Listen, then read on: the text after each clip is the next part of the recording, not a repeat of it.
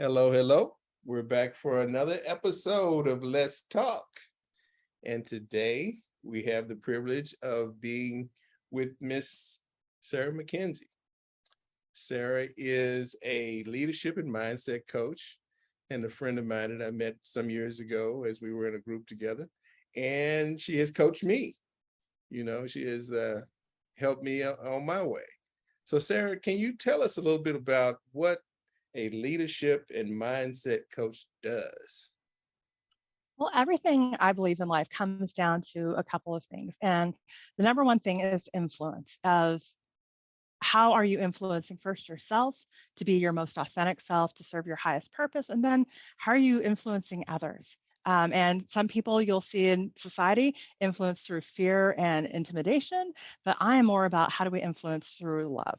I mean, if we can learn to connect with people, love on them, learn more about them, have a greater understanding, we can definitely influence. So for me, that is the biggest thing about leadership. The second part is what I touched on is the understanding of how do we understand the other person and really put ourselves in their shoes. So everything for me, and that flows right into the mindset of having that servant's heart to be able to truly be compassionate, flow into that space of love, lead from a good space of influence, show up in the right ways for yourself. So you're showing up and giving the best of yourself to every situation, to every person. Right. So in a position of coaching leadership, you speak of the word influence. So we're not only influencing a situation, but we are in a place where we have to influence each and every person that's a part of that group. We have to find a way to connect and motivate them, to one extent or another. Uh, what are some of the best tools for that? What do people who are leaders, they Mhm. come to you, and what seems to be their biggest challenge? Their biggest challenge is they have too many competing priorities and they stop listening to themselves. Mm. They're trying to be the perfect leader. They're trying to give the perfect solution. They're trying to be a cookie cutter mold of what they think a leader should be. And they're modeling their behaviors on what they've seen work for other people who are successful. The thing is some people get to the top by stepping on others and breaking them. Right. But if you truly want to be a better leader, you have to be able to understand first yourself. And for me, I always challenge everyone, what is your framework? Every leader has to have some sense of a framework around what do I filter all incoming information through? How do I filter my communications with my, whether it's a business partner or my relationship, my significant other? We have to understand how we act and what we say and just show up in that most loving, most authentic way. But I challenge them, every single one of them, first align your priorities with who you want to be Hmm. instead of everything else. I always challenge, as people to understand what's your core value? Who are you written in your bones, all the way down to the core? And so for myself, I've got my 10 guiding core principles and core values that I go by. And then I have a very simple framework. And I challenge every leader to think about what framework do you want to work within and what core values do you want to guide you through every decision so you can show up in that better way. Right. And knowing where we're based and what our core values are helps us be authentic versus coming at it from a place of trying to manipulate and control, uh, Hmm. or so than influence and be a part of. I think that's a very valid point. When we're in the marketplace that we're in today, we've gone through COVID, and not only that, we have the younger generation coming into the workforce with a whole different ideology and concept behind work, period. Um, how have you seen being able to coach somebody in that scenario dealing with these new dynamics that we have to deal with in the workplace? With having multiple generations in the workforce, it's very interesting to see that, yes, you have to understand your people first and foremost. What are their drivers? Because some people in the office, some people want a remote work schedule, some want hybrid, some want to be in office. If you don't understand that about your people, understand what it is that they want and need. Some people, okay, yes, we want free food, we want bean bags. Other people, they don't care about any of that. They just want to be able to work from home. That way they don't have to travel.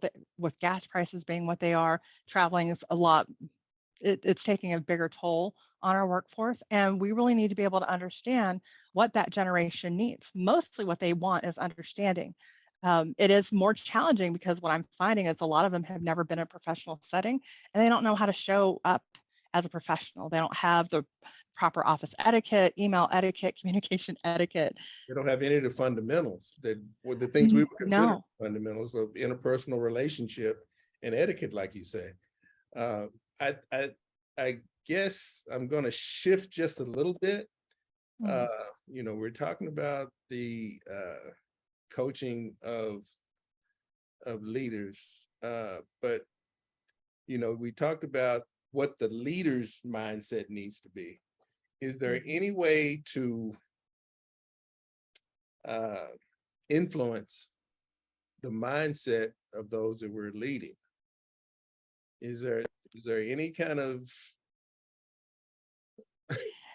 So how do the leaders influence their people, or how do we influence the leaders? well, it's more so, I mean, when I hear you say influence, I'm talking about the leaders being able to influence the people that they're leading. But Mhm. I guess my question is, in the leadership process, is there any way to influence growth in the people that we're leading? In other Oh, words, absolutely. able to affect what their mindset is coming into being part of a team. Oh, absolutely. And I think my biggest thing when I'm training leaders and managers, what I love doing is really first start with their leadership philosophy. How do you want to show up? And then what do you expect of your people as they come in? How are you going to create a culture so you have a team that is, desirable to be on? Because the organization that I'm in now, one of our teams, I've been working with them for the last year, and I've watched them go from having somebody who was leading them, who was driving them all into the ground, and team, imploded. And when they replaced the people who were finally at top to people who I'd been coaching for the past year, they've started to have tremendous growth. And the thing was, I encouraged them to do team building, have individuals do their one-on-ones. So you have and develop great emotional intelligence. You want them to be able to understand the drivers of the team. You want to have those, daily, weekly connection points, because if I don't talk to my people, if I don't understand what does their family life look like, what is their, situation, getting to and from work, what stressors do you have? Because I mean, COVID's still a thing, and there are many other illnesses out there right now where people are a little more fearful, or someone in the family has been sick. So we have to be a lot more lenient when people aren't showing up right at 9 o'clock. Whether it's 9 o'clock or 9:04, that shouldn't be the thing people are being harped on. We have to have that compassion and teach people that within my team, this is what I want. I am more about the output and the quality of your work than the time spent on the clock. If you have projects to get your projects done. If you're an hourly worker, yes, you do still have to show up on time and do that, but there needs to be some type of understanding when traffic, for example, if you are actually having to show up at work, traffic is hard. If you're working remotely, it shouldn't be an issue. But what I encourage leaders to do is really get to know their people, because as I've had these connections and more touch points with people, when I've had to ask them to do very hard things, they're far more likely to do them for me because they see that my whole point of my role is to develop them and help them grow so I can make them better for themselves. I want them to stretch a little bit more out of their comfort zone. I want them to have these opportunities so they can really truly go on the career path that they want to be on. Um, and when I'm doing that encouragement, when I'm having those moments with them, when they're able to be vulnerable with me, when it really does come down to hard events that happen, now I know that, okay, now we're in a stress situation. They know we pull together. They know I've got their back. And they have my back when I say, hey, we've got to work overtime. Hey, we've got to get these, projects completed in this short amount of time. We can get it done. And it's all because they know that I'm always looking out for their best interest. Right, And leaders have to keep that in mind of, I'm here to serve you. I'm only as good as the weakest person underneath me. So if right. I'm not developing them, if I'm not building them up, then it doesn't do anything for me. And I can't take credit when they're doing the hard work. But I have to take the ownership of anything that's failing because it's my job to make sure I get all obstacles out of their way. So This that's how I whole train my leaders and my managers. this whole concept of being able to be forward thinking and create buy-in in a cross generational environment where things have got to get done. The whole forward thinking process is something that a lot of companies are not there yet, are not ready for.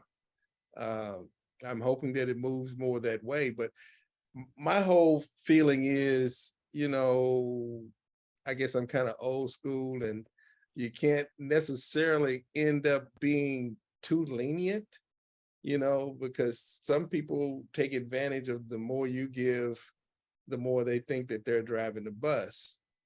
Um, It There is some of that because we definitely want everyone to understand what their clear roles are, what their lane is, and what the scope of their work is. But I'm also that person who has the candy bowl on my desk. And I mhm, keep a variety of treats simply because I know what everybody likes, which means that everyone from the VPs come over and wander down to my desk because, hey, Sarah's got something. And one, I always keep Kit Kats for him. Why? Because he likes Kit Kats. right, I don't ask anything of him, but when I finally did have to start asking, we already had a good relationship purely based on, a little bit of candy. right. Hmm. So this whole relationship building Mm, process is very important in the team building process. You have to, like you say, you have to know something about the people that you're dealing with. You know what's important to them, what stresses them out. The things that they're good at, the things that they're not good at. I've always seen that in building a team is just like playing chess. Some people are good at some things, some people are good at others. You got to find out what their role best fits them and put them in that position so they can shine. So um, I guess, like I say, I want to make sure that we, I guess, focus on this whole idea of mindset. I don't think that mm, a lot of people really, really understand how much mindset is important and how much they need to take responsibility for their own mindset and understand. You said getting to know the people on your team, but you also have to encourage them to know themselves. Am I correct?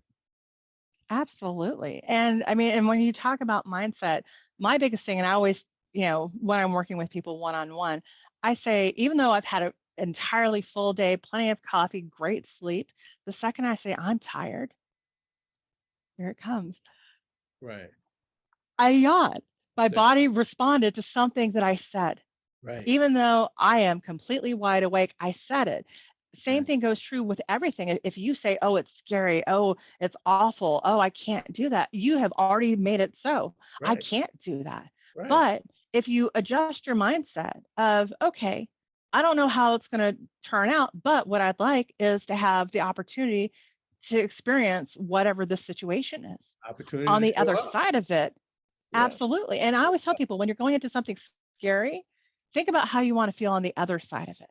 Right. If I know that I'm about to go into a meeting where I'm probably going to get my head chewed off, Right. whatever.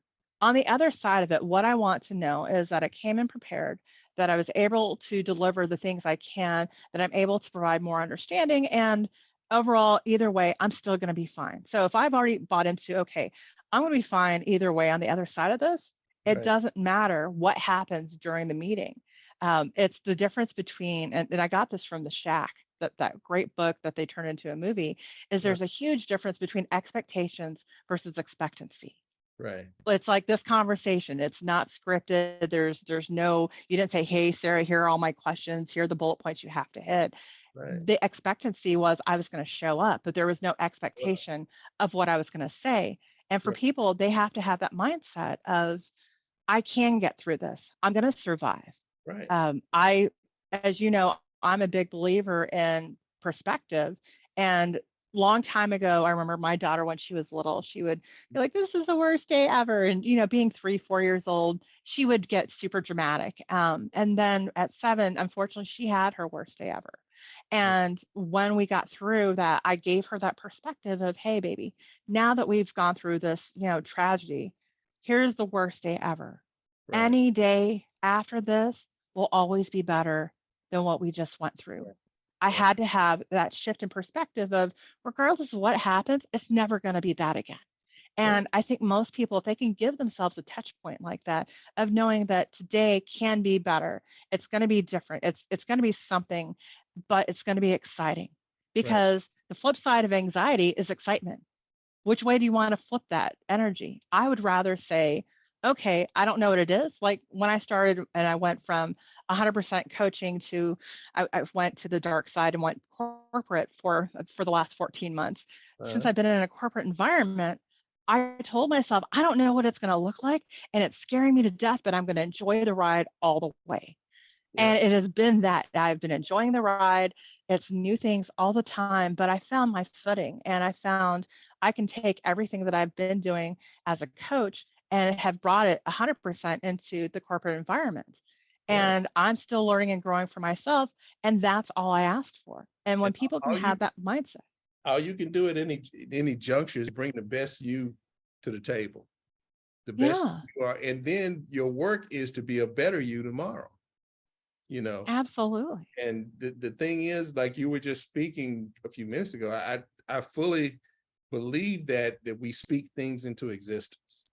If you have a preconceived notion, then you speak it into existence. That's what you believe is what you will see.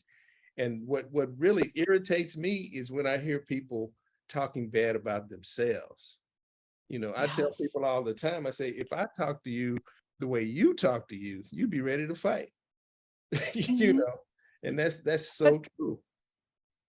but they don't realize that they're just continuing a pattern that someone else started. And I always challenge them. It's like, hey, I heard you say, oh, I'm a loser, or I'm this, or I'm that.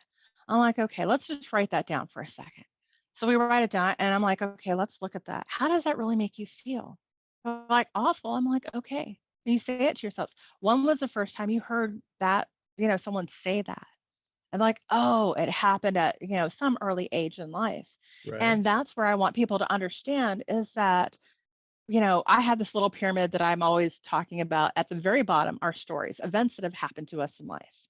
From those events, we've created a meaning. And so a belief has now taken hold.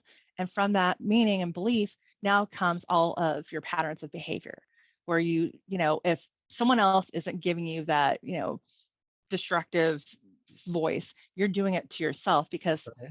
it has to continue. And then from there, you just see the outcome of, oh, I'm always down on myself, or I'm so hard, I'm going to fail. Why even try? Why bother?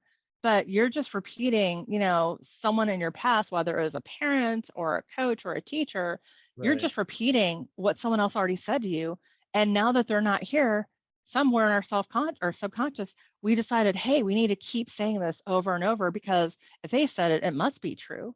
Chains on And the and brain. that's where, yeah, Chains on the Brain. And I mean, between your book, Chains on the Brain, and then one of my favorite books, The Four Agreements, I mean, when Don Miguel Ruiz talked about those four agreements, one, be impeccable with your word. So be Right. who you are. But he challenges all of us to really look at that, book of law that we have about ourselves of, if someone says, oh, you can't sing, or, you're stupid, what do you know? If we own those pieces, then we're stuck. But All we have to do the really bad is part shift it. about that is people have that happen to them in early childhood Hmm. at a point in time where they have no frame of reference, nothing to compare it to. So all they do is connect it to an emotion. So when it Yeah. comes up again, they're reliving that same emotion over and over again because it has that same meaning it did when they had no control over the situation. and they're not seeing the Absolutely. power that they have to make that change now. And this is where we can challenge people. It's like, okay, so if you can go back and figure out what that story was, let's now go back and give it a new value. Right. And so I tell people, it's like, okay, like the story that I often tell is that, hey, I was born a girl. Big shock. Yeah, ta-da. But because my You mother have to ask that had, question these days. These days. yeah, well, so you know what? People do some beautiful work. I mean, Right, and right, show up as you want. But right. when my mother was pregnant with my sister, she said it would be a girl in Thailand. No sonograms back in those days, and ta-da, she came out a girl. So when she was pregnant with me, she said, "Oh, it'll be a boy." So when I came out, my dad's like, "It's broken. Put it back." And even though I was there, Right. I didn't hear that story, but I don't remember him saying it, but I did hear the story throughout Mhm. my childhood. So I thought, I can't show up right. I'm Uh-oh. broken. I'm a disappointment. And then all the patterns that came from it were I'm an overachiever. I will sabotage myself. I'll get right to the end and then drop the ball. Right, And here are all the things that I would do. And I'm like, but okay, do I really want to stay broken? Do I really want to stay stuck in my life with that belief? So, what I had to do is I went back to that origin story and I rewrote it for myself.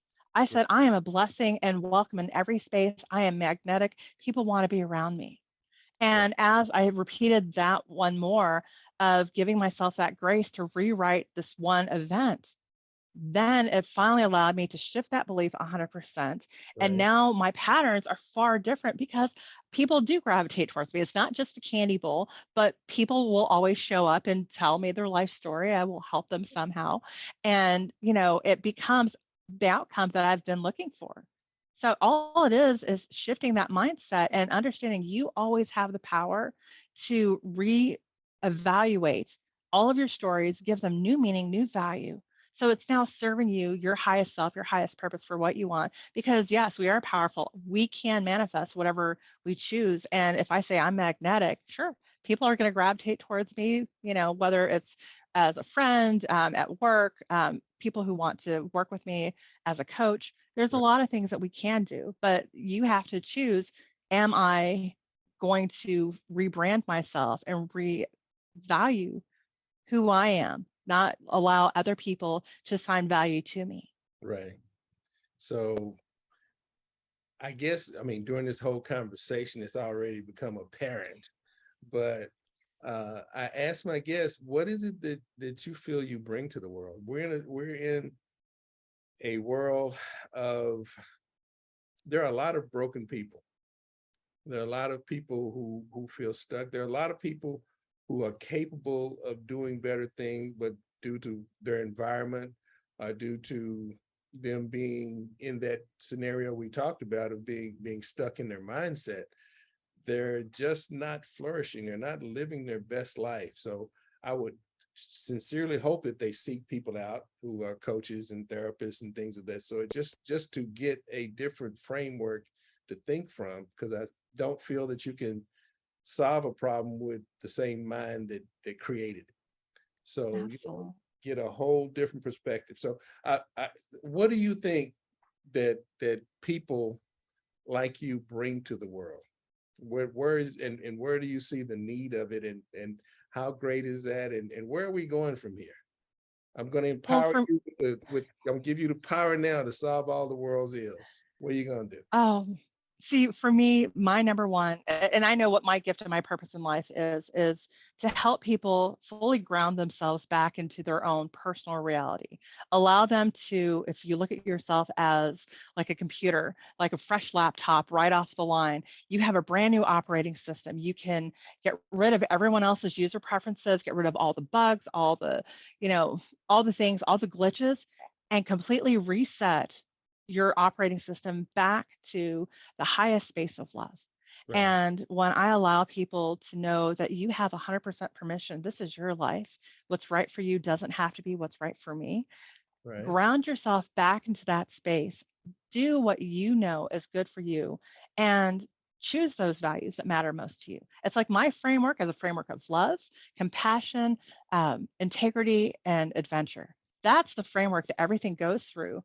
And when I align all of my core values into that framework, every decision I make is out of love. So I challenge people to get grounded, understand who you are, love who you are, accept who you are, because who you are today, this is the best version of you.